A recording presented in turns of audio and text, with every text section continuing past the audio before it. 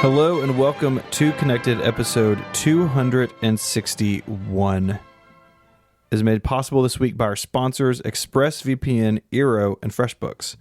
My name is Stephen Hack and I'm joined in person by Mr. Myke Hurley. Hello. What's up? I'm in Memphis again. We're going to talk about why in a minute, but we are together in the studio. We can give each other high five as proof. Can't fake that in Logic later. It is hot outside. It is nice in here. And we are without Federico this week, which is sad. He couldn't make it. He said, if I can't be there in person, Don't want to do it. I don't want to do it. And I kind of respect that. Yep. So he'll be back next week. Yep. His iOS 13 review goes up tomorrow. So we're going to talk a lot about that next week. He's just in the final stages of getting that ready. I've been leafing through it, and to no surprise, it's really good. It's really good and really big. Just like Federico. He's pretty tall. He's taller than you think he would be. It surprised me the first time we met. Big, tall Italian boy. That's what we call him. The BTIB. Sure. We have Big, tall energy. So we have some follow-up. That's what we do at the beginning of the show. And let's start by talking about phones that we may or may not have ordered. Products, not just phones. Products. Products. I didn't order any other products. You sure? Uh-huh. Even for... Okay. All right. Well, that one thing's a surprise, so don't ruin that. Okay. I ordered a iPhone 11 Pro, the smaller of the two. I was space gray. After all the hands-on videos and stuff, talked me into space gray. And I think the camera bump will be less noticeable in the back. The black. It just sounds like... And all black. Hope. Like, there's no reason why it would be better or worse than all black. Well, black cameras floating on white glass seems icky. But then maybe that takes your attention away from the bump and just to the lenses. Whatever. I ordered space gray for the first time in a long time. Excited about that. And 256 gig on AT&T. So that's my phone. Something that I don't think I'd noticed until the orders went up. I cannot believe that this phone starts at 64 gigabytes for $1,000. Same as the 10 and 10S. But yeah, it's ridiculous. It should be at 128. It just feels like at this point we should have moved on from this. And I just think that it's kind of crazy that they're still doing that. Because really this phone starts at $1,149. It doesn't start at $999 because you shouldn't be spending $1,000 and getting 64 gigabytes of storage. Well, not if you're a pro. Well, that's the part of it though, right? But I just mean like if you're spending that, you shouldn't be getting that because you're not going to be happy with it. Right, like it doesn't matter what Apple keeps doing to iOS to make iOS more space efficient. You will come up against that 64 gigabytes really fast. Like especially they keep making the cameras better, which means they take more data, so all of your images are getting bigger. 4K video is 4K huge. video is supposed to be what you're watching on this thing because you've got your Dolby Atmos and your whatever it is, and it just feels like. It just feels silly. Like, I know it's like, what's the point of even complaining about it? Like, because it's just like, it is what it is with them, with this stuff. But I just think that I wouldn't be frustrated about the 11 so much starting there, but the Pro should not be starting at 64 gigabytes. It just shouldn't. $1,000 should get you more than 64 gigabytes of storage on a phone. Agreed. What did you do? So, because I'm not going to be in the UK, right, on Friday because we're going to be doing the podcast-a-thon, which we'll talk about in a bit. I didn't order through the traditional channels, right? Like I didn't place an order because I can't pick it up and I'm not at home to receive it. So I'm working on trying to get one for when I get home, the gold one. But we're still also trying to get one for the podcast-a-thon as well. Yeah, I'll have mine at least, and we'll see if we can get you one. We're still working on that, so... But so that will be a thing, so we can unbox one on the actual stream. So I'm still trying to get one, but otherwise I'm going to be picking one up on Monday, the 23rd. So I will be picking one up then if I can't get it, and that will be the gold 256. Okay, the max. The max, and I have ordered a gold 256 regular for Adina too. The Pro. The Pro, yeah. Okay. Yeah, I went through with her and I showed her all the stuff and. Was like, you can choose, right? Because you've got colors and all that kind of stuff. And she wanted to have all the best camera stuff that she could possibly have. Sure. Because that matters to her, right? It's the reason she wants to upgrade. So she's on a 10. And she's been jealous of the 10R photos sorry, the 10S photos for a bit. We'll talk about that later on. But now she wants to upgrade to get the better camera. So the Pro is the best option for her as well, because that's where the best camera lives. So. What is she using now? A 10. Okay. She was on the SE for a long time, right? No, she was going to buy the SE. She had a 5 for a long time. That's what I'm thinking of. And then she was going to buy the SE, but was so mad about the fact that it was super expensive and just looked like her current phone that she got a 6. Okay. And then, no, 6S, I think. And then she lived with that 6S until the 10. Okay. So this is the most, the shortest upgrade cycle for her in a long time. Yeah. Over on Six Colors, Jason had this awesome interview about the ultra wideband U1 chip that's in the new phone. So we spoke a little bit about this week. There's really not much information out there about this, but it is basically technology that allows devices to locate each other with like pinpoint accuracy. And Apple's using it for AirDrop, and we can all just assume that it's going to be part of any sort of device tracking system in the future. But Jason landed this interview, and it's a great read. If you haven't seen this yet, I definitely recommend it if you want to know more about this technology and what people think it could do in the future. Yeah. I'm really excited about this. I mean, it seems like there's all sorts of things that this could do beyond just losing your keys, but like think about it in like industry and like commercial settings. It seems really neat. Yeah, he spoke to a marketing president at a company that makes these chips. It's not the company that's making the chips for Apple, but it's just a company that is invested in ultra-wideband technology. And, I mean, of course, the VP of marketing for an ultra-wideband company is going to be really excited about ultra-wideband. Sure. But he does liken it to when Apple put Wi-Fi chips in the Macs for the first time, right? Like put Wi-Fi card inside, and it's like that opened up so much possibility. And they say that there is a lot of possibility here, too.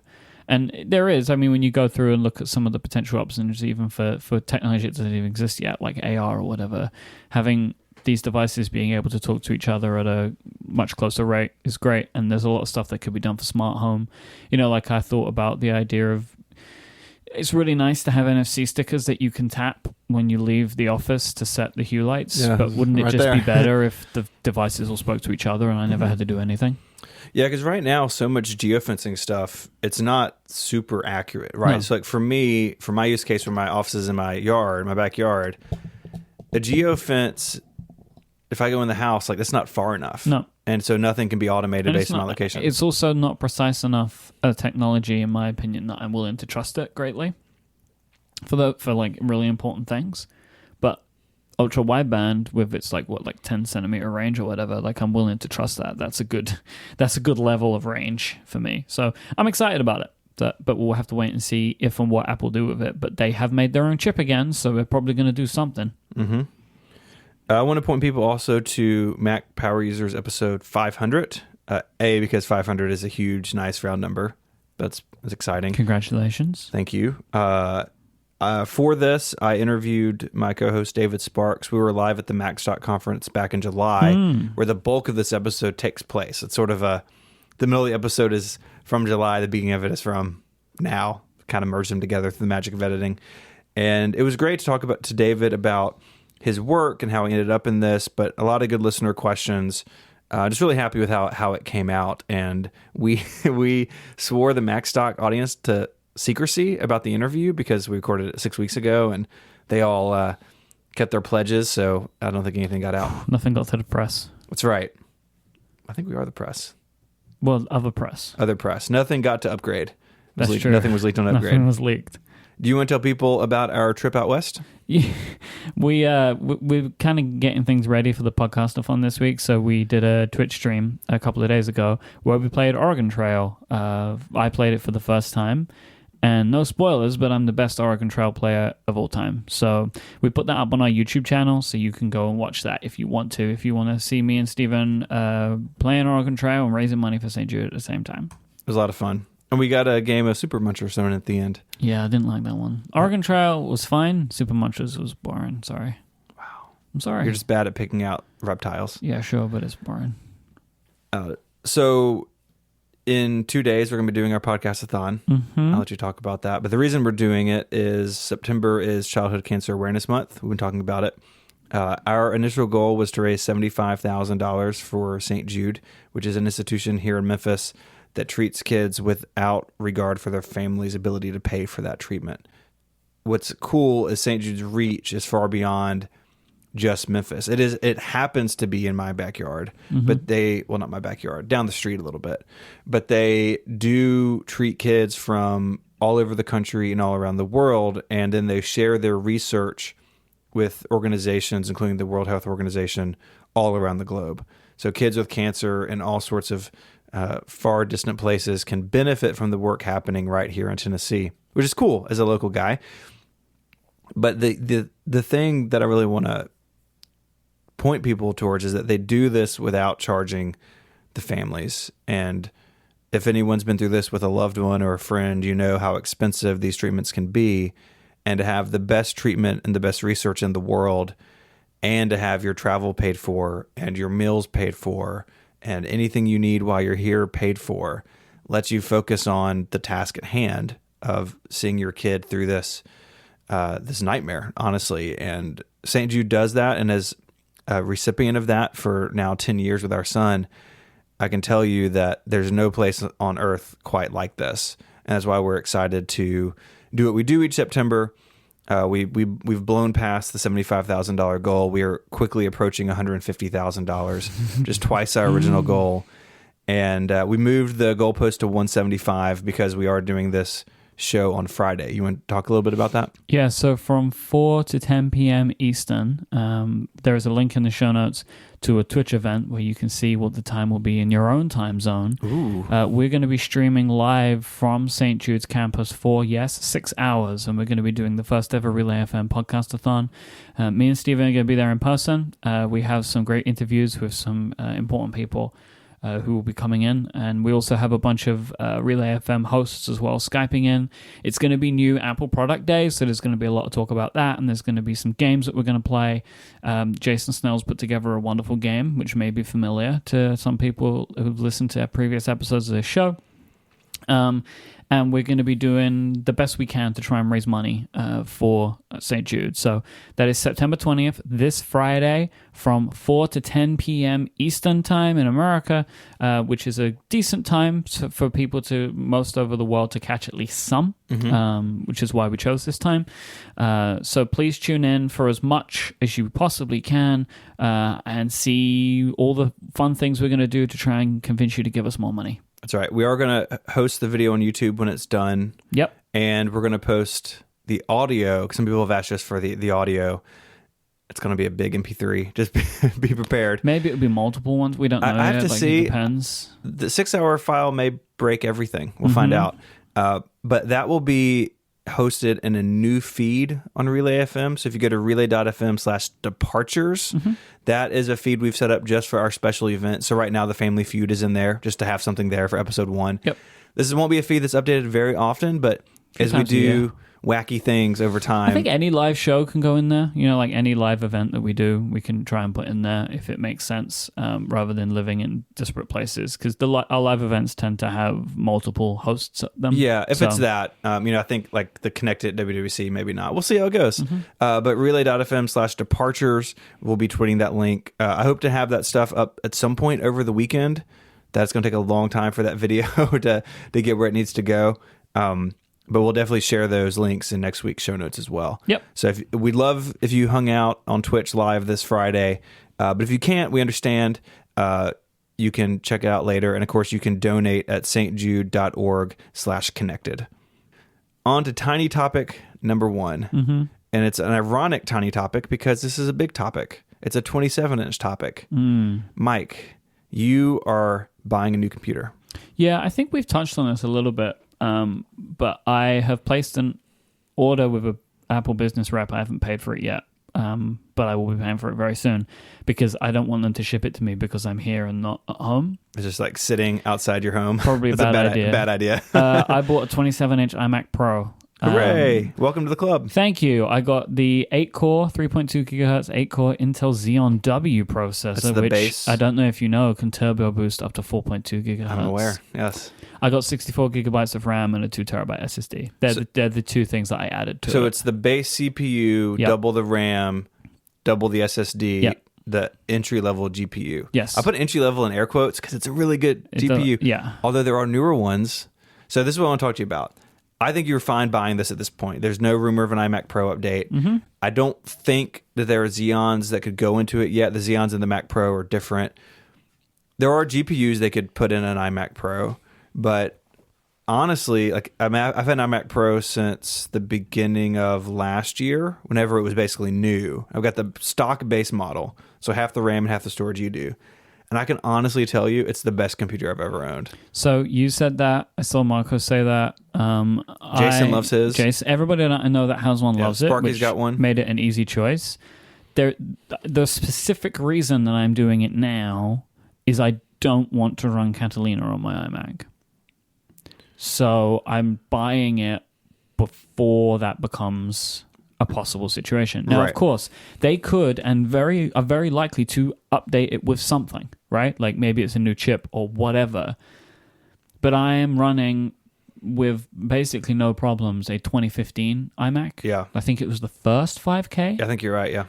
I don't really need a ton more power. The machine's 4 years old. But I wanted a bit more because it's getting slow in some it's going to be a lot more places. power, man. Yeah. You're And going to be so surprised. I wanted more power, and then I think I may have mentioned this in the past as well. Then because a family member desperately needs a new computer, Okay. which gave me the additional push to be like, all right, I'll always, just do it now. Always nice when you can help somebody out. Yeah. Yeah, I think you're safe. Even if they update it, it would be, you're still getting a really great computer. The update to Catalina thing is interesting. We spoke about this, I think, off the show, but a couple of things can happen here. So the iMac Pro originally came with High Sierra, and it may be that yours could run High Sierra, but Apple can't at any point silently revise the firmware or something on the machine and make it require something else. So I assume that your iMac Pro will come with Mojave on it out of the box.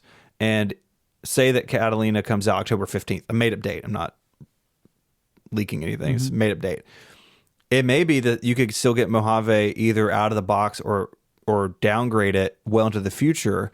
But to your point, that's not a guarantee. And I don't want to roll the dice on it. I don't like to mess with things. Right? No. Like I am still on Mojave, I think. You're on High Sierra, you mean? I'm on High Sierra. I don't know which one I'm on. Mojave is the current one.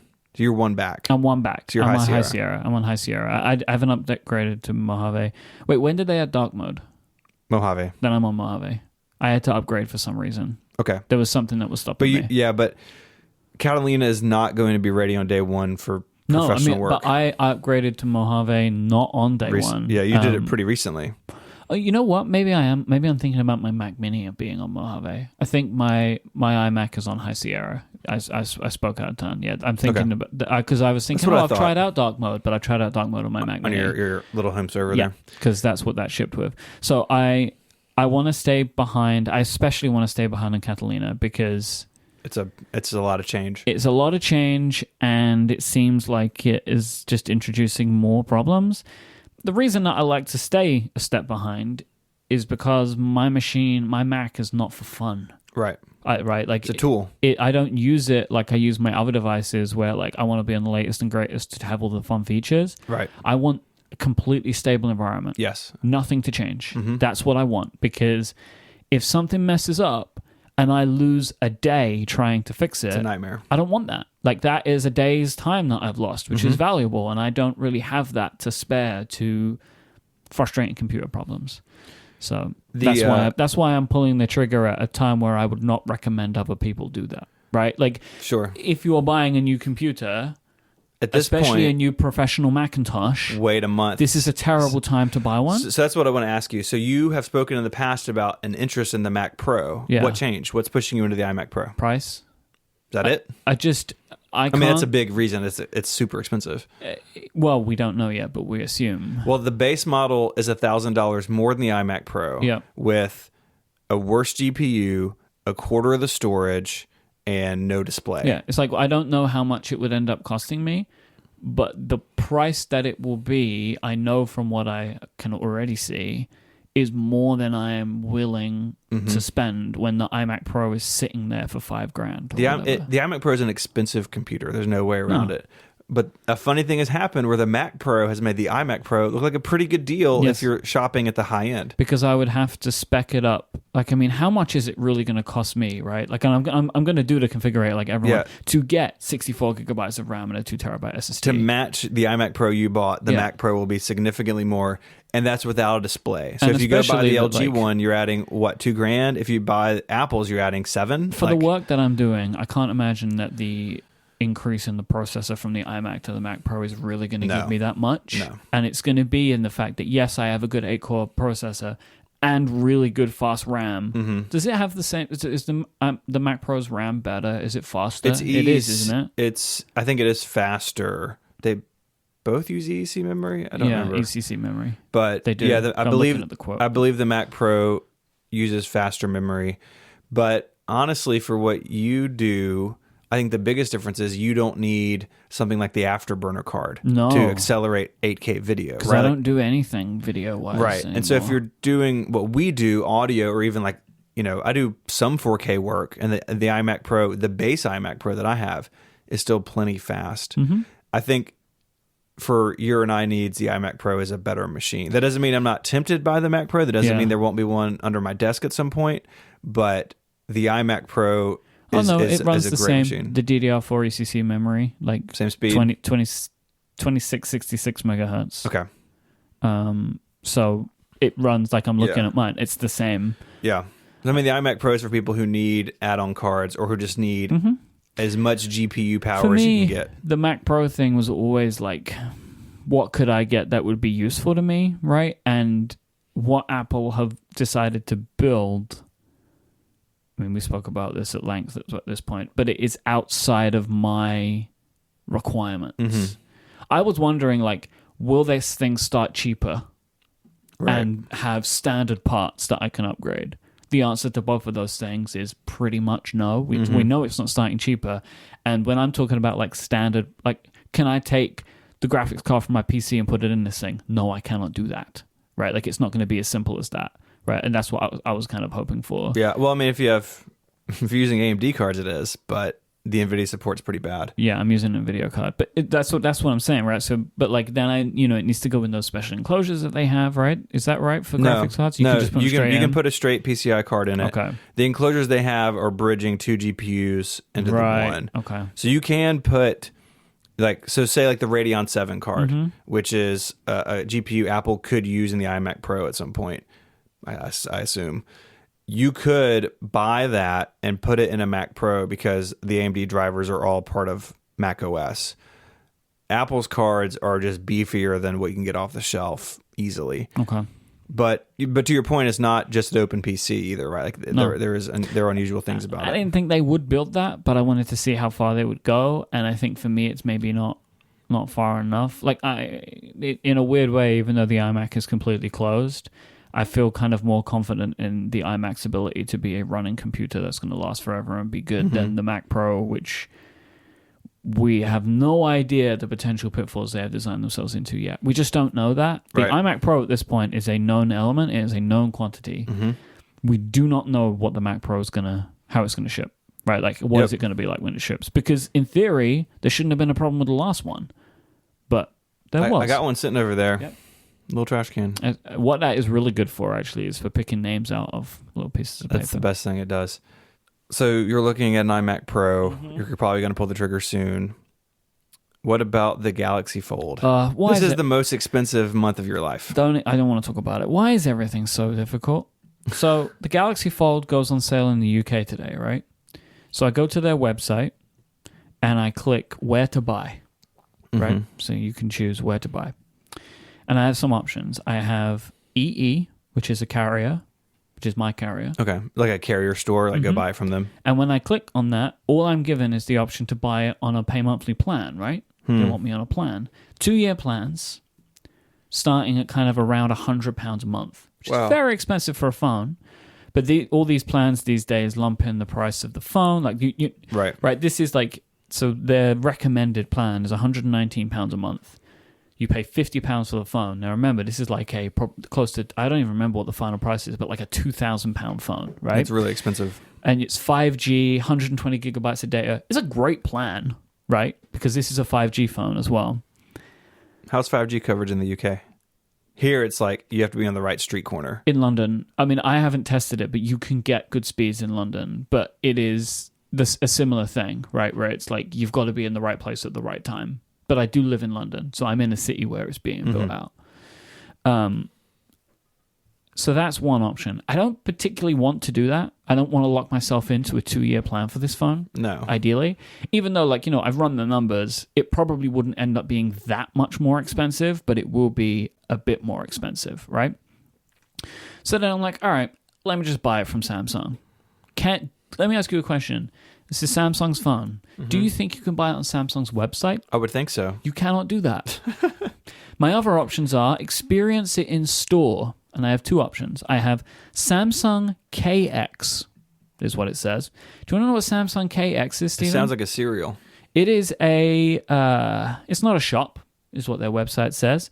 It is an event space. So I can buy it in an event space, which is nice, I guess. Or I can receive a hand-on experience of the Galaxy Fold and unfold the future, apparently. So that's good to know. Someone like helps you unfold it. But I don't know if I'm just touching it or can I buy it. It doesn't tell me if I'm able to actually buy it. I can just look at it. Or you can click on the Samsung store, right? Samsung Experience stores. And I just found out their locations. Can't buy it. And then also it is available at Harrods and Selfridges, 2 extreme luxury department stores. They're being very specific with this. I don't know why I can buy it online on EE's website, but can't buy it on Samsung's website. If you're buying it through Samsung, they want you to go to a place. So that you don't peel the screen off. I guess that's part of it, right? But if that's the case, let me buy it if I can buy it on EE's website and they'll just ship it to my house, let me buy it on your website because I don't want to be on a plan with. So I get the sense that Samsung is selling it begrudgingly at this point because there were pre-orders in the U.S. They gave everybody their money back. They're not here in the U.S. yet, and this phone has a curse or something above it that is seems like it's going to follow it forever. So maybe they are quote selling it, but actually buying it is extremely difficult because they don't want to have it on the market. They don't want to make it easy, I think, for people to buy this phone. I would love to know if I can book a time at this store and go and get one, this experience store, but nothing claims this. It's just like, oh, come and look at it. It's like, well, then what do I do? So, well, keep us updated. Yeah, I mean, I'm probably just going to try and buy one. So when I go back home and if I am going to go to the Apple store to get an iPhone, I will be surrounded by, I'm in the center of London then. There is a Samsung store and there's a Selfridges and I could go to Harrods. So my plan is to attack these places until one of them will let me give an incredible amount of money to buy this phone, because I know connected listeners are dying for my review of the Samsung Galaxy Fold at this point. Sure. I know they are. They better be. I'm still very excited about it. I will fight against anything Samsung is putting in my way, which so far has been a lot, to try and just plead them to take my money to give me their fundamentally flawed phone. Good luck with that. Thank you. This episode of Connected is brought to you by ExpressVPN. You might think that no one would want your online data or to snoop on you, but if you browse the web without anything to protect your privacy, you risk hackers and ad companies and more collecting your data. And it really does happen to everyday people, which is why I use and recommend ExpressVPN. It runs in the background of your computer or phone or tablet. It encrypts your data and hides your IP address. You just download the app, click to connect, and you're protected. ExpressVPN is rated the #1 VPN service by TechRadar. It uses new cutting-edge technology called Trusted Server to make sure there's no logs of your activity online, and it costs less than $7 a month and comes with a 30-day money-back guarantee. Anytime I'm out, if I'm at the coffee shop or in an airport or traveling, you better believe that ExpressVPN is on and running on my devices. And it's great. It integrates really nicely, like on iOS. Works very easily with the system settings for VPN, just like you would expect, connects very quickly, and gives me great peace of mind on the internet.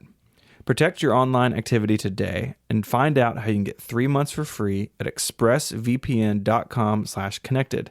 That's expressvpn.com/connected for 3 months free with a 1-year package. Take back your online privacy today by going to expressvpn.com/connected. Our thanks to ExpressVPN for their support of this show and Relay FM. It is new product week, and here on Wednesday, the embargoes have been lifted on the iPhones and the Apple Watches. So there are just a bunch of reviews that we've read and watched in the show notes. I thought we could maybe talk about some high-level stuff. And it seems like the camera improvements are the thing that have grabbed people's attention this year on the phone.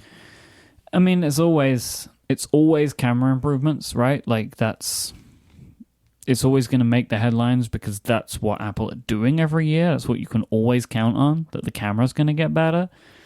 But this feels like one of those years where they've gone and done something wild, and it's more than the fact that they added another lens, right? Like, they seem to have done a lot more from the software processing side to make their images look better, and I am dying to try out this camera because it looks legit.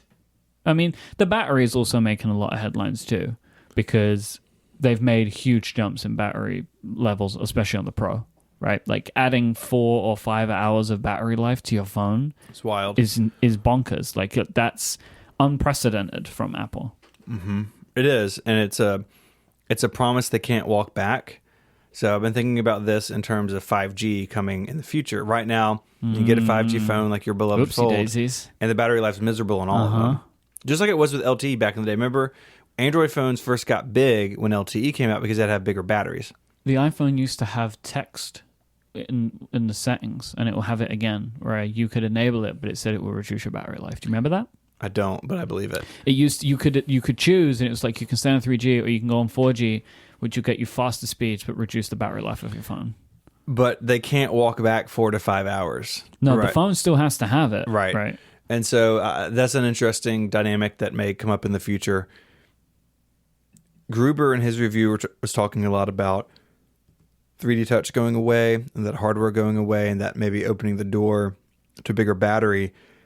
And clearly there's some element to the new processor because even the 10R to the 11 gained an hour. But I think it does have a bigger battery. But it has a bigger battery, and getting rid of the 3D touch, the sensors which added depth to the display, and the phones are slightly thicker and slightly heavier. It seems like Apple, that was a big deal for them this year. And I think it's great. You know, we're going to talk about sort of our experience with the XS. I can tell you the battery life on the regular XS is not very good. And I'm excited for the 11 Pro to have a big bump there. But the cameras, I'm with you. I'm really excited to try them. The more examples I've seen of people posting from the ultra wide, I think there's a lot of creative things we can do with that. And I see now why the 11 has that and not the telephoto. Even though it's more fun. I like the telephoto and I find it really useful, I think the ultra wide is more fun. I think people will have a better time with that. And man, the night mode photos look really good. Jason just before we do move on to the camera stuff, I saw this link yesterday and went to bring it up. Mac Rumors got some filings from the Chinese regulatory agency TENA. The batteries are 25% larger. Wow. So the 11 Pro Max has effectively a 4,000 milliamp hour battery, which the XS Max had a 3,000 milliamp hour battery. So a big jump. So they're huge. Yes, the phone's got thicker, which allowed for it, but I would expect that Gruber is right, that removing the 3D touch also allowed for that. It probably wasn't why they removed 3D touch, but when they were doing the pros and cons of removing it, I'm sure this was on the list. I mean, as soon as the 10R came out with haptic touch, which is just a long press instead of the deep force touch, 3D force touch deep press. That's the full name. I think the writing was on the wall. Yes, I agree with you. So the only thing that has 3D touch now is the trackpads on the Macs and the Apple Watch. And even in WatchOS 5, and I haven't run WatchOS 6, but even in WatchOS 5, the importance of 3D touch has been diminished. Mm-hmm. And you could see where they could get rid of it there as well in the future. Yep. Because again, More battery life on the Apple Watch. It's always a good thing. Yep. But so the night mode, Jason posted this picture last night or today, just outside. And, there's been lots of examples of this, but the what caught me in his example, so it's of a car in his neighborhood and like a driveway that's lit. And in the night mode photo, you can see like the stars in the sky, which blows my mind that that's possible on a camera that goes in your pocket. Yeah, and as well, like in John Gruber's review, some of his photos of inside of a dimly lit bar were amazing. Like the fact that you could see, like he was posting, this is what it looks like on a 10S, and this is what it looks like on the 11 Pro with the night mode. I'm really excited for the night mode stuff. I'm very, very pleased that they're adding it because the phone needs it after seeing what Google could do. So I'm really excited to see that they're doing it at what looks like to be a very, very high level too. Yeah, I think Apple has probably recaptured the best smartphone camera for most people. We'll see what the Pixel 4 does because it's going to be out next month. A lot of people are saying, right, like this is now the phone to beat, and the iPhone has not been the phone to beat for a while. Since the Pixel 2. And so Google's event is in a couple of weeks' time, actually about a month's time. It's like October 14th or something like that, which is hilarious considering the fact that we know basically everything about this and that would, by now. And if I were to put money down, that's also the week of Apple's October event. Yeah, if they're going to do one, they'll probably do it that week. Oh man, can you imagine if they did it on the same day? I'm going to be on vacation. It's going to be great. Oh, great. Everybody's on vacation, but that's fine. We'll still be here for you. Don't worry. So I'm very intrigued to see what exactly Google will be doing on the camera side, because Apple have really come out swinging this time.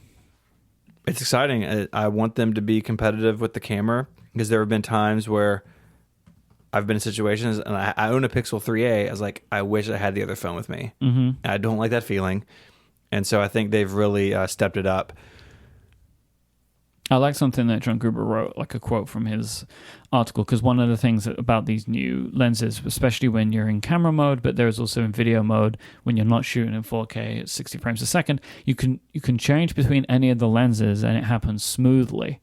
So you can either zoom with the little zoom wheel, or you can like hit the buttons and it will zoom. Now with this current telephoto, it would always like snap, right? But now it does a zoom into these things. And what Gruber says is, what's essential to understand is that you don't need to know that the iPhone 11 camera systems consist of 2 or 3 discrete cameras. From the user's perspective, they look and feel like a single camera with multiple zoom levels, which is awesome.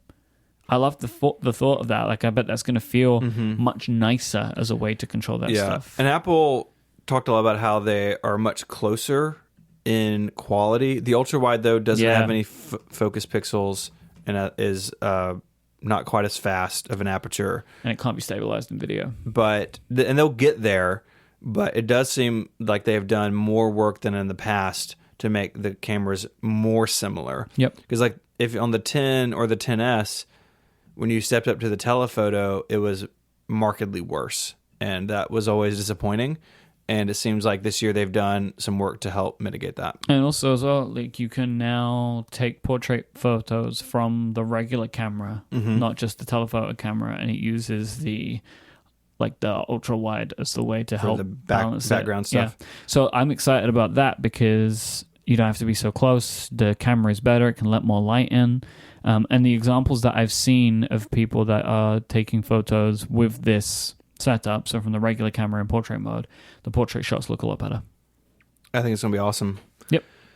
Anything else on the phones that you're excited about? Well, not excited, but something that I think is worth noting is that the opposite of excited. Yeah, 13 seems super buggy on the new phones. All the reviews that I've read comment on this, and Apple's comment is wait for iOS 13.1, basically. So we're going to have 10 buggy days. I'm going to just put the 13.1 beta on it and then migrate and not even worry with 13.0. Really? Mm-hmm. I'm not going to do that. I'm going to run 13 because I'm still not running 13 on my iPhone. Yeah, I'm already on the beta, so I'm just going to do it. I will be the sacrificial lamb and let you know what 13 is like. Okay. I think that does raise a question for our listeners. If you're not upgrading your phone this year and you're on 12, do you update to 13 tomorrow when it comes out, or do you wait a week for 13.1? I mean, I wouldn't wait because there's going to be apps with, I mean, all the apps are going to start popping out. Everyone's going to be talking about 13. Like, I wouldn't wait. I wouldn't be able to wait. Yeah. So I would say go for it. Yeah. And like, I'm going to be upgrading mine tomorrow. I'm just going to do it. Yeah. I agree with that. I would say go ahead and do it. And if something is bad, it's only for a couple days. But even buggy doesn't mean that you're going to have apps that are crashing and stuff. I mean, the betas have gotten a lot better recently. And it seems like, some messages freezing and stuff. Give it a couple of hours, though. I never update immediately because of all the years they past did where they have pulled an update before. Multiple times this has happened. It's usually the watch that has the most problems. Mm-hmm. But I'll give it a little bit, make sure that people's phones are actually updating, and then I will be upgrading. Just maybe like tomorrow night. Yep. It's good advice. Good consumer advice. Just keep your eye on Twitter for a couple of hours and then do it. There's just been too many instances of updates bricking phones or whatever, I think. But also Apple Watch reviews are out as well. Series 5. There are less of these, as you would imagine, right? Like there are just less reviews. Mm-hmm. But the basic consensus that the Always On is a nice addition. I'll read another quote from John Gruber's review. To me, the Always On display is the Apple Watch's retina display moment. Once you see it, you can't go back. And I totally can get that, right? Like, it takes it from, and I've made this complaint many times on the show, right? Like, it takes it from being just like a computer watch to a regular watch. You need to be able to see the time on your watch. That's the reason you wear a watch from a fundamental level. It's like, it's like if your iPhone couldn't make phone calls.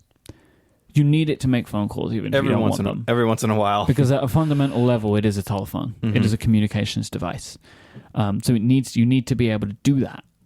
So I'm pleased that now I think that the watch being able to show you the time is significantly more important than your phone being able to make calls. But nevertheless, I'm pleased that it's there. Battery life is still apparently really great. In Dieter Bohn's review on The Verge, he says it meets the 18-hour claim, but the Series 4 exceeded that. Yeah. So battery life is still doing what it should be doing, but it isn't as good anymore. Yeah, which I think is fair. The Series 4 battery life is bonkers. Definitely above the 18 hours Apple claims. I think that's fine. I think most people are going to still charge it at night. Like, that's the default for almost everybody unless you sleep track. So I think even 18 hours is totally fine. What is interesting to me in these reviews is the lack of conversation about the new finishes. It seems like the reviewers that I saw got the aluminum ones, which is what most people are going to buy. But I am definitely... They shouldn't be seen in the reviews of the edition models. They shouldn't be doing that. I disagree, because I think people want to see them. So, some people should get them, but Hodinkee should get those. Sure, or MKBHD, or give somebody an aluminum and a steel. But there should be more coverage of the higher end ones. And if you're an Apple Watch person and you're interested in the stainless steel or titanium, Hodinkee's not a website you're going to go to. Like, it's a website you go to because you like watches. But I think people So I've just gone Hodinkee's review, titanium. Is it? Yep. So we'll put that in the show notes. Yep. See, I didn't even look, and I have a couple of regular watches. I would have. I know it's not, but I would have gone there. But I was traveling yesterday, so I didn't get the opportunity to find as much stuff as I would have wanted to. But yeah, they reviewed the titanium one.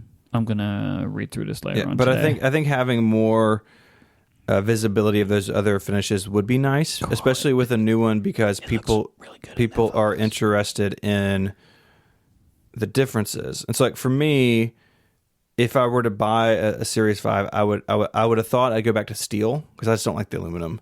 But the titanium cuts the weight down. But I really want to see how it looks in person. Yep. And like, these pictures look nice, but I want to see it handled. I want to see it in video. I want to see it more. And it's something that you can't really do without going into a store if they don't see the review units. But I mean, it's a minor complaint about how they've done this, but I think there should be more visibility of those. WatchOS 6 is interesting to me too. I have not run WatchOS 6. I've never run a WatchOS beta because it seems like a bad idea. Train wreck. But I am excited about the new watch faces. The California watch face seems extremely customizable. I like what I've seen of it so far. That would probably be the watch face that I run. Yeah. If I was to have one. I'm excited about the hearing protection, the hearing health stuff. That is really useful for you. It is useful for me as someone who does audio stuff. Well, you have a hearing issue. I have a slight hearing issue. And it is one of those things, though, compared to the other health stuff, where like a lot of the time you're like, all right, well, so like again, going to Dieter Bohn's video, which is his Apple Watch video is very good. Yeah, he shows himself on his commute, and he's exceeding the noise levels on the subway. So it's like, well, now what then? Yeah, like, do I walk around with earplugs in all the time? Like, yes, you can do that, sure. But like, as opposed to some of Apple's other health tracking stuff, this is one where it's like, I'm pleased to know this, but like, yeah. Well, sometimes knowing is enough, or if you have some hearing loss and you don't want it to get worse, then that's something that I am interested in. And I think we told the story on the show, but you would tell the story about Casey coming in with the beta? I think I did. Like, so I was in a hotel room in WWDC with a few friends, and Underscore was there, and he was running the beta on his watch. And Casey came up to the room, and as soon as he came in and said hello to everybody, just Casey's level of excitement as he is, because he's a wonderful person, him just saying hello to everyone excitedly set off Underscore's watch to say that the noise levels were now basically unacceptable. Unsafe. Yeah. And it was the best story. It's the best story. I'm so pleased I was there to experience that moment. Perfect. Because it's the best Casey moment. It's perfect. The other big health thing in WatchOS 6 is cycle tracking. Yep. I was watching this with Adina this morning, and she turned so she was sitting next to me when I was watching it, and they started talking about it, and she looked over and was like, oh, okay. So I was talking to her about it a little bit, because I don't know enough about this stuff, right? But she was, she uses an app called Clue. Okay. Which I recommended to her because I saw somebody talking about the design of it years ago. And she was saying that, like, knowing this information is incredibly important, because you go and see a doctor and they're like, when was your last period? I was like, well, how the hell am I supposed to know this if you're not recording it? Right. So she is intrigued, and I want to get her opinion on it. So I was like, well, because it's also on the phone too, right? Like, it's not just an Apple Watch. Thing. So she's gonna let me know how it goes for her, because it's something that you have to be aware of, and this device which is strapped to you all the time, which should be recognizing your health changes, it should have these things in it as well. They should have really did this before they did the breathing app. Yes, it is embarrassing for Apple that took them 6 revisions of the software to add this. It should have been here much earlier. It was nice to have her insight about it. Adina is ahead of my wife, who uses emojis on her calendar for various stages of things. So look, as long as you have a system, she knows. That's so good. So sometimes I'm going through the counter like, oh, there's a frowny face. So WatchOS 6, I think, is going to be a nice update. It is available for Series 3 and 4 currently. It will run on Series 1 and 2. But not 0. But 0 didn't even get WatchOS 5. 0 has been dead for a while. But Series 1 and 2 will get the update soon. So they have committed to doing it. I'd imagine that's a performance issue, right? Like, it's just not doing what they want it to do yet. So, and I would say from like a buying perspective, if you're on a Series 1 or 2, now's a pretty good time to upgrade if you're looking for a new Apple Watch. The Series 4 is great. I really like mine, even though I don't wear it every day. It's a fantastic piece of hardware. The Series 5 makes all the best things about it better. So if you're on an older Apple Watch and you're considering, is this the time to update or not, I would say that it probably is. Yep, and I want to see what the finishes look like. Yes, and we're gonna go see them in store on Friday together. Do you think they'll have them? They should do, right? Yeah, they'll be out. All right, we're gonna talk some more about Apple stuff. Oh, really? Yeah. We're going to branch out this week. All Apple all the time on this show. It's a special, very, very special We talked about Samsung episode. for a while. Yeah, that's true. It's true, we did. But I want to tell you about our second sponsor first, and that is Eero. Myke, if you look under my desk, there's an Eero base unit. Hello, Eero. Right down there. There it is. I'm connected to it right now. Eero is a game changer because it means you can have internet anywhere in your house. Look, we're not even in your house. My house is way over there. We're out here. Eero is working because there's always that one room with an unreliable Wi-Fi connection. I don't want to know. I don't want to say how I know, but our hall bathroom used to be that. If you're taking a bath and you want to watch some Netflix, it wouldn't stream. It would buffer, and that was a real bummer. That is unacceptable. Yeah, you don't want buffering in the bathtub, and Eero fixed it for me. Don't ever buffer in the. That was my previous bad Wi-Fi experience, and now it is reliable. If I want to take a bath and I want to catch up on something on Netflix, now my iPad works perfectly. Because Eero blankets my home in fast, reliable Wi-Fi, so there's constant, strong signal wherever we need it. And it sets up in just minutes. You plug it straight into the modem or the router box. You download their app on your phone or iPad, which is really easy to go in. If you just need a simple setup, super easy to do with Eero. But they also give you a lot of tools. Like, we're nerds, right? We want to tinker with our networks. Eero gives you those tools as well, all right within the app. And you can do cool stuff. Like, you can pause Wi-Fi while everyone's eating dinner. So your kids aren't, I don't know what do kids do on their phones. Whatever kids do on their phones, they can't do that husband, at the dinner table. Not messing around. Or your spouse. Yeah. And you get alerts if any device tries to join your network. So Eero has fixed all of the Wi-Fi problems. No more dead spots, no more buffering, no more pain in the rear management. And you can get yours fixed as soon as tomorrow by going to Eero.com/weirdfish and use the code WEIRDFISH, all one word, at checkout to get free overnight shipping with your order. If your Wi-Fi is bad today, it does not have to be bad tomorrow. That's EERO.com/weirdfish with the code WEIRDFISH for free overnight shipping. Our thanks to Eero for their support of this show and Relay FM. I thought we could talk about the devices we've had the last year and how we have felt about them. So we're borrowing from ATP. They, I think Marco created the idea of the iPhone exit interview. Yeah, we're just doing that. A couple of years ago. We're just stealing from them, so we're going to do that. We're just doing that. Yep. My past year was a journey. If listeners will remember, I started with the XS Max because I was a Plus phone user. You got me into the Plus Club back in the day. And so when there was a bigger iPhone 10, I was like, hey, yeah, let's do it. Let's go big. And go home, right? Go big or go home. And honestly, the Max didn't sit super well with me. A little too big for what I wanted. And I ended up with the iPhone XR. Really to review it because it was the most popular phone. I think you did that. I had a blue one and then ended up at the end of the day selling my Max to a family member and ending up with the iPhone XS. This was all by like mid-January. So I've been on the XS for this year and I like the size a lot. But like I said earlier, the battery life on the XS isn't as good as it could be. I think the 10 suffered from that too a little bit. The Max is about the same as the 10. All phones by the time you're ready. Well, I'm saying even my phone's only 9 months old, so it's not right. My battery health is still like 99%. So it's not that it's aging. It's that even from the beginning, it wasn't as good as the Max and definitely not as good as the XR. And so I'm excited about the 4 additional hours I will get. But the other thing that I haven't been in love with is the Smart HDR. You know, Federico and I have both spoken about this. I have it off on my phone because the Smart HDR on the XS works too hard. It tries to bring up shadows too aggressively. It smooths things way too much because it's noisier than I'd like it to be, and it tries to overcompensate.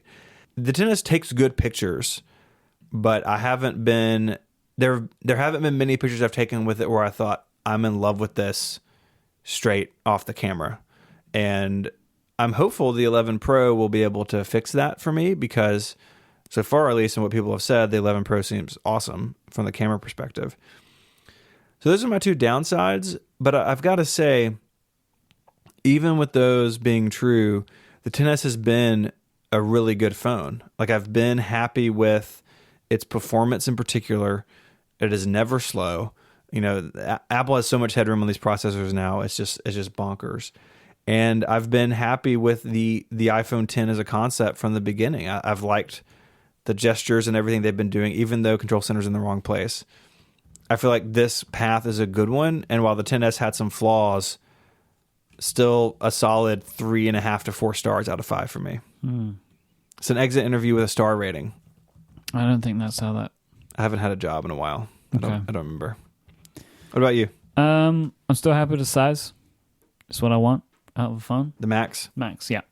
I like the bigger size. I think that it works well for me. I like just having bigger screens where I can have them. It's not so big that it's a problem. I think that they struck a good level. I still would want the Max phone to get some additional features that account for the fact that it's bigger and more expensive as opposed to just the screen like the Plus phones used to. But I also understand why Apple doesn't want to do that. Yeah, I think anymore. that's not their plan anymore, right? No. This year in particular, with changing the names, But at least I get more battery. So Yeah, because you'll get an additional 5 over the 4 that I'll get. So an extra hour is great. My battery has gotten worse over time, as they always do. What's your battery health and settings? 95%. Okay. So I don't feel like that like gives a full picture for what's going on, because it says my battery is currently supporting normal peak performance, but batteries just get worse over time. I don't know what that is. I don't know if it's in my brain or if it's true, but that's how it feels. But I use the battery case now when I travel, and I'm happy about that. There won't be a battery case available for a bit. I don't know when. They always wait. I don't think they're going to do it. Because they didn't do one for the 10R, and now the Pros have similar levels of battery life. Well, I think they feel like it is acceptable. Now, you may have to go third party, but I don't know if we're going to see one from Apple or not. They better do it, because I'm mad otherwise. Because I like having a battery case now for when I travel, so like I get over a day. Oh, yeah, the battery case is great. Right, so that's what I want. But I'm not worried about it for the time being. Real-time follow-up. Okay. There was an iPhone XR smart battery case. Okay. So I regret the error. Yes. So I think the door could be open. I wish I was. Look, mine's on my desk, the battery case. It's great, especially when you travel. Mm-hmm. I don't use it day to day. Do you use it every day? No. Or just when you travel? Just when I travel. Just when I see you. Yeah. So from my point of view, you use it 100% of the time. I love when I take this off, because my phone gets thin and light again. It's too big, too heavy. It's beefy with the battery case. But I get what I need out of it, which is that I never have to worry about charging it when I'm out and about all the time. So yesterday you had a 24-hour travel day. Yeah. I did charge it. Okay. I did charge it. Did you have to, though? Or you just do it because it was convenient? I think I wouldn't have been able to get away with it yesterday, because I was watching videos and stuff on it when I was in the airport. I don't think I would have gotten away from it, because it was way more than usual use yesterday. But if I was just using it as I would normally use it, then I probably would have gotten away with it. Especially if you put that thing in low power mode, it's just like... It just will stay on forever. Yeah. I have continued to be frustrated with the regular cases covering the color of the phone, so I'm really happy about the clear case, because I feel like I'm choosing the color of my phone specifically, like it's the color I want. Mm-hmm. I want to see that, and using colored cases, which I also understand I can change it whenever I want to. Sure. But I want the option, especially at first. So I'm happy that the clear case revolution is upon us. Because you're going to go gold is what you want. That's the plan. I've been getting some weird bugs recently on my phone. Messages locks up for like long periods of time. And I've had this happen 3 times in the last month, when my phone just turns itself off and will not come on. I've had that twice with my iPhone XS, and you have to like hard reboot it. Won't even do that. Yesterday I was doing the whole like press one button, hold another for 10 seconds. Would not do it. I had to just wait until it came back on its own again, which took... Yeah. And you know where I was? In an airport. This is why I always get paper boarding passes. Because what would I have done?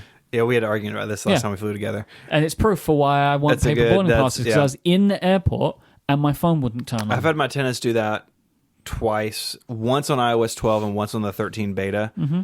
The first time it happened, I was running iOS 12. I was in my truck, unplugged it from CarPlay, and I was going to go biking. Got the bike off the truck and picked my phone up to like start a podcast because I was going to listen to something. It was like completely dead in the water, and I couldn't remember how to force reset it, like the dance you have to do with the side buttons. And so I was with a friend of mine. I was like, hey, can you Google... It's very embarrassing. I hate Can you Google hard reset iPhone XS? And he's a nerd, and he's listening, and he What laughed is it at me. like? Volume up, volume down, hold for like 10 seconds. I don't know. I have to look it up every time. But then I do the other way around as well if that doesn't work. Yeah, so Ian say my bacon. But it's a real pain when that happens. That worries me about the XS that you've had it too. Maybe there's something going on. Mm-hmm. Maybe, I don't know. Maybe it's just flakiness, but... it's probably a bug in 12. But I've had it in 13 once as well. Okay. But then 13's also, the beta's not been... So who knows? Yep. It's not been bad enough where I've thought I need to have this phone like serviced. Like I don't think something's wrong with it, but I just kind of kept my eye on it. Yep. I still like Smart HDR. I'm a true believer. I'm not one of these people that's now jumping on the Smart HDR sucks bandwagon because a few people said it. I'm not saying you said that. Did I say you said that? We said it a long time ago. I didn't say you said that. There was like a whole conversation on this show going back between where Federico was really upset about it, you didn't like it, and I loved it. We are smart HDR denier hipsters. I still like Smart HDR, and I like what that did to my images, and I like the images that I've seen in the new cameras where they've made improvements to Smart HDR. So I'm cool with that, right? Like, I liked it, and now it's going to get better. This screen on my phone is incredibly scratched up, and I've never had that before. Did your 10 scratch? No. My 10 scratched really badly, and the 10S has been better, but it definitely still has some light scratches. But the stainless steel ring is like destroyed. Let me show you this thing. See that? It's like a big scratch across the middle, no. and I have a bunch up in the corner. Oh, that's sad. Adina has like a gouge in hers. That is like edge to edge. Yeah, it went all the way across the middle. This phone is enormous. It's big. It's extra big when it's got the case on it. Oh, it's a yeah. it's a big boy. It's like you handed me a watermelon. Yeah, Here you go. It's a big boy. He's traveling. He puts a bit of extra weight on when he travels, like all of us. It's true. You come to America, you leave You're a gonna get a little bit bigger than leave when a you little left. heavier. So, where do how do you give it on the 5-star thing that I made up? 4. Pretty good? Yeah. Do you feel like it is what they're doing with the 11 Pro like fits with what you would want out of a new phone? Yep. Okay. More battery, better camera, faster. That is Clear cases. Clear cases. But that's the thing, though. But I mean, that's what I'm looking for, right? Like, I'm going to upgrade anyway, right? Because that's just what my life is. Sure. But I would have wanted to upgrade. Like, I think Nilay Patel said this, and I can understand it. It's like, this is the first time in a long time where he recommends the year-over-year upgrade because the camera changes are that good. I think the last time I felt that was maybe the 7 to the 10. But it was such a huge price jump, it was hard to talk people into it. The year-over-year upgrade hasn't made sense since... Usually doesn't. They 6 broke or 6S. that around 6. Yeah.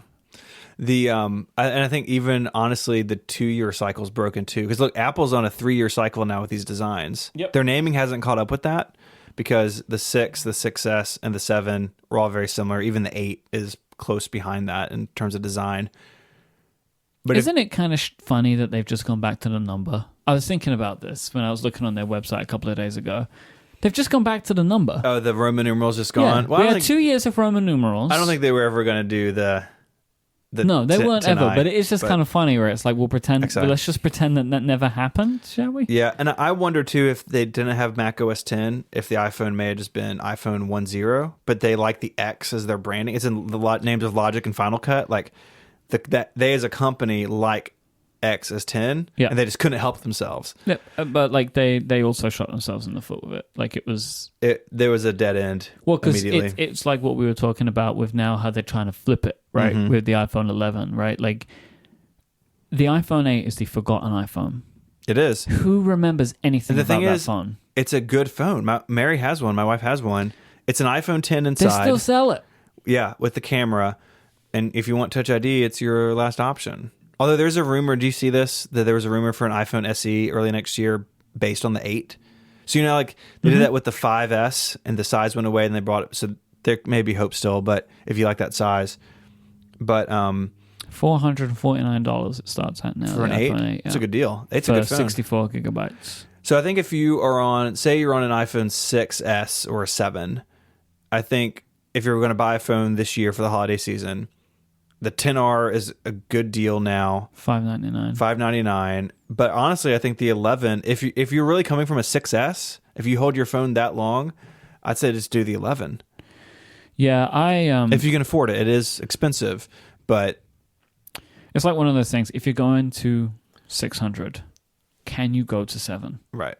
And for a lot of people, it's not going to be possible. But for a lot of people, if you've gotten that far, try and go that extra. Maybe you have a phone you can trade in. Apple loves a trade-in, and you can maybe get something for it. But yeah, I'm going to be selling. My phone's going to be moving on in the family. I will put it through AppleCare, though. I'm going to get one of the... Because I have AppleCare on this phone. That screen needs to be replaced. It's covered in scratches. It's within my right to change it for like £50 or whatever. Sure. So I'm going to do that and then hand it over to a family member. The 10S is the first phone in a while I haven't broken. I never broke a 10S. Do you want to do it now? No. Put it on your YouTube channel. That happened with the... We could make a viral video. So like you go into the Apple store, you pick up your new one and you just throw the old one on the I feel ground. like that's been done about Doesn't 100 matter. times. You can do it though. It's been 3 years since I've had a viral video. Mm-hmm. That anniversary, we didn't that anniversary was this week. Is it still on your YouTube channel? It is. It is still there. You're still trying to rake in the ad revenue on it? It was too short to run ads on. It was like 17 seconds or something. You don't want to lose the stats? What is it? Why'd you keep it there? It's not the kind of person that would remove something? Pretty much. 1.6 million views. That's what'll be on my tombstone. Are you watching the Hisgate video? Yeah. I was saying with my 7 Plus, I broke a 7 Plus when my iPhone 10 was like in the mail to me. That was really disappointing. When you have to go to the Apple store and have your phone screen replaced the day before the new iPhone comes out, why'd you do it? it's really depressing. It was like destroyed. You lost a And the 7 Plus was going to someone in the family. Right. I didn't want to hand it to them and be like, here's your new phone. I smashed it to pieces. Good So luck. I wanted to have them to have a fresh start. Okay. That phone's still floating around in the family. Still going. So I feel like we've both been pretty happy with the 10S, but I feel like the 11 is going to just make things better. I'm sure the 11 will still get a 4. There's nothing so perfect. Yeah. I'm really excited. I'm more excited about this phone than I was the 10S. I mean, the last time I was this excited about a phone was the 10, and then probably the 7 Plus was the first one with 2 cameras. But like, the 6S Plus is like, okay, cool. It won't be slow. Because remember how slow the 6 Plus was? It was awful. No. Had a gigabyte of RAM, and it was just really, really slow. Maybe. Wasn't that the first one? Yeah, but we didn't notice it at the time because we were so blown away by the screen size. As soon as you get the 6S Plus, you're like, oh no. Yeah. Oh yeah. I remember towards the end, when you'd pull down on a notification, and it would you'd have to wait. You'd just wait for everything to load. It's like there's a little man in there cranking the notification shade down by hand. That got real bad. That phone was a little underwhelming, but no, it wasn't underwhelming. It was amazing. Underpowered. It was underpowered. It was a big phone, the first big phone. All right, we're gonna wrap up talking a little bit about Apple Arcade because it's out? ? It's kind of available. It's available. You can get it. You can get it. But first, I'm gonna tell you Get it. about our third sponsor, and that is FreshBooks. If you're a freelancer, the idea of saving 192 hours probably sounds pretty great. And our friends over at FreshBooks can help you do that with their super simple cloud accounting software. Think about the tasks that come up when thinking about accounting. You have invoicing, you have expense tracking, you have getting paid online. And a lot of people will probably use 3 different things for that, right? Like, we can be honest, you're probably tracking expenses in a Google Sheet because that's where I used to be. But FreshBooks has drastically reduced the time it takes for over 10 million people, including me and you, to deal with the paperwork that comes along with having a business. FreshBooks automates late payment email reminders so you can spend less time chasing payments and more time working your magic. That's quite the phrase. You can work your freelance magic and not worry about chasing people down. And if you do have questions, well, FreshBooks gives you information about the status of an invoice. You can see whether that customer or not has opened it. So if they're on the phone saying one thing, you know the truth, and you can deal with that if you have to. As a freelancer, we've all been there. FreshBooks gives you the information you need to move forward with those types of situations. If you're listening to this and you've not used FreshBooks, now is the time to try it because they're offering an unrestricted 30-day free trial for listeners of this show. There's no credit card required. All you have to do is go to freshbooks.com/connected and enter the code CONNECTED in the How Did You Hear About Us section. Once again, that's freshbooks.com/connected and the code CONNECTED for an unrestricted 30-day free trial. We thank FreshBooks for their support of this show and Relay FM. Tell us about Apple Arcade. It launched to the surprise of everybody. So Apple Arcade was supposed to be launching on Thursday the 19th, so tomorrow. But a couple of days ago, it just appeared if you were running 13.1 on any device. So it's available on the iPad if you're running it on the iPad, which it was unsure if we were going to have to wait until iPad OS officially shipped before Apple Arcade would be available. But it is now. You can go get it. You sign up, $4.99 a month. And the breadth of games available for this service currently is incredible. It was kind of funny in a way. Developers did not know this was going to be happening. So Apple Arcade developers, I follow a lot of Apple Arcade companies that are making games for Apple Arcade Sure. on Twitter, just because there's a lot of game makers that I'm interested in and have been interested in on other platforms for years that are making games for this service. It was funny to watch them kind of reacting. I downloaded, I think, 45 games that I'm legitimately interested in trying. Holy moly. So that kind of shows the level. There are still games appearing on the service. So since the initial launch, there have been more games added, and I haven't yet been able to go in and look at some of the more games that have been added because I still have so many that I want to just get through. And there's been a couple where I've opened them up, I played them a little bit, and I'm like, this one isn't for me. But I don't care because I'm finding games that I'm really enjoying. So I want to give you a couple of highlights of games that I've played so far. So Assemble with Care. This game was originally called Repair. It is from Us Two Games, who you may know from creating Monument Valley. It is a game that has knolling involved, which is, I know you love, which is the idea where you're taking things out and placing them down. You're basically repairing things, and there's a big story element to the game as well. So the title character, Maria, she fixes stuff, and so you're fixing stuff. So you unscrew things. You would love this game. I'm installing it right now. Because it's a game to repairing stuff. I've played all these games on my iPad, by the way, obviously not on my iPhone yet. Another game that I've been enjoying is Card of Darkness, which is from Zach Gage, who is responsible for many of my favorite iOS games of all time, like Flip Flop Solitaire, for example. He worked with the creator of Adventure Time to create this game. Card of Darkness is fun, but really very difficult. But I've been playing that, and I've liked that a lot.